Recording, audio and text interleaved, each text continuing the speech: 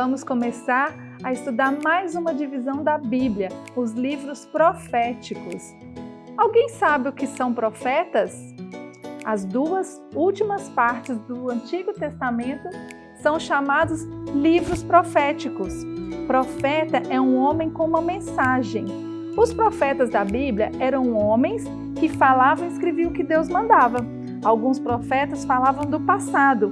Eles lembravam ao povo de Deus o que Deus fez em seu favor e o quanto Deus os amava. Quando o povo pecava, os profetas advertiam sobre as consequências do pecado, ou seja, o castigo. Porque no Antigo Testamento ainda havia castigo porque Jesus ainda não havia vindo. Alguns profetas falavam também sobre o futuro. Deus lhes deu a capacidade de contar o que ainda ia acontecer. Centenas de anos antes de Jesus nascer, os profetas já anunciavam o seu nascimento. Olha o que fala lá em Miqueias 5:2.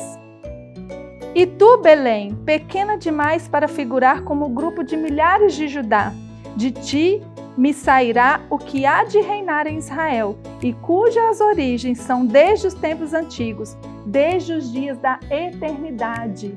Aqui Miqueias estava falando de Jesus, da cidade onde Jesus iria nascer. Olha que demais! Os profetas também proferiram sobre a morte dolorosa de Jesus. Que ele teria para nos salvar. Muitas profecias já se cumpriram, mas outras, ainda preditas, irão acontecer, como está lá em Apocalipse. Uma profecia que aguardamos para ser cumprida é a volta de Jesus, que você pode ler em Zacarias 14:4. Agora, você já ouviu falar sobre profeta maior ou menor? Pois é, os livros proféticos são divididos nesses dois grupos, profetas maiores e profetas menores. Mas os títulos maior ou menor não significa que os livros de um grupo são mais importantes do que os outros, mas tem a ver com o tempo que aquele profeta atuou e até mesmo ao tamanho daquele livro. Os livros profetas maiores são Isaías, Jeremias, Lamentações, Ezequiel e Daniel. Hoje vamos começar então a falar sobre o livro de Isaías. Isaías escreveu o primeiro livro profético. O nome Isaías significa salvação de Deus e o próprio nome do profeta resume o tema desse livro. Isaías trabalhou e aconselhou o rei Ezequias. Isaías falava da vinda do Messias prometido e encorajava as pessoas a voltarem para Deus. Na época de Isaías, muitos judeus estavam servindo a ídolos, a outros deuses, e o povo sofria o castigo por causa do pecado. Mas Isaías encorajava o povo com a promessa feita por Deus de enviar o Salvador e que ele reinaria para sempre. Olha, em Isaías, no livro de Isaías, nós também encontramos algumas das mais marcantes descrições de Jesus. Leia Isaías 7:53. Agora nós vamos falar sobre Jeremias e Lamentações.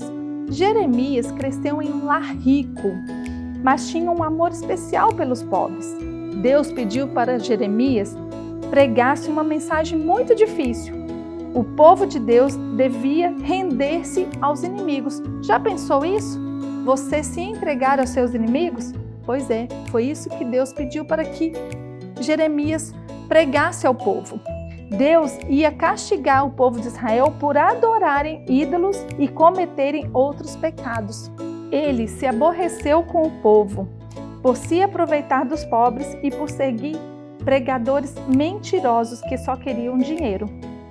Quando Jeremias contou ao povo que o Senhor lhe tinha dito, os líderes espancaram e prenderam Jeremias. Mas Jeremias continuou fiel a Deus. Deus usou o sofrimento dele para torná-lo um homem mais manso, mais compreensivo, e o povo o apelidou de profeta chorão. Perto do final de sua vida, Jeremias escreveu outro livro chamado Lamentações, composto por 5 belos poemas, porém tristes. Lamento significa chorar de dor. Jeremias se lamenta ao ver as lágrimas do povo derramadas quando Jerusalém é destruída e eles são levados para o cativeiro, ou seja, para serem escravos em outro país. Olha, vou deixar aqui uma dica, uma curiosidade para vocês sobre esse livro. 4 dos poemas do livro de Lamentações são acrósticos. Você sabe o que é acróstico? É quando a gente pega uma palavra e de cada letra a gente gera uma outra palavra, a gente escreve uma outra palavra. Então, cada versículo ou frase desse livro começa com uma letra sucessiva do alfabeto hebraico. É como se o sofrimento deles tivesse ido de A a Z, ou seja, como se tivessem passado por todo tipo de experiências dolorosas. Uau, olha quanto ensinamento nós vimos hoje, hein? Eu te espero no próximo episódio.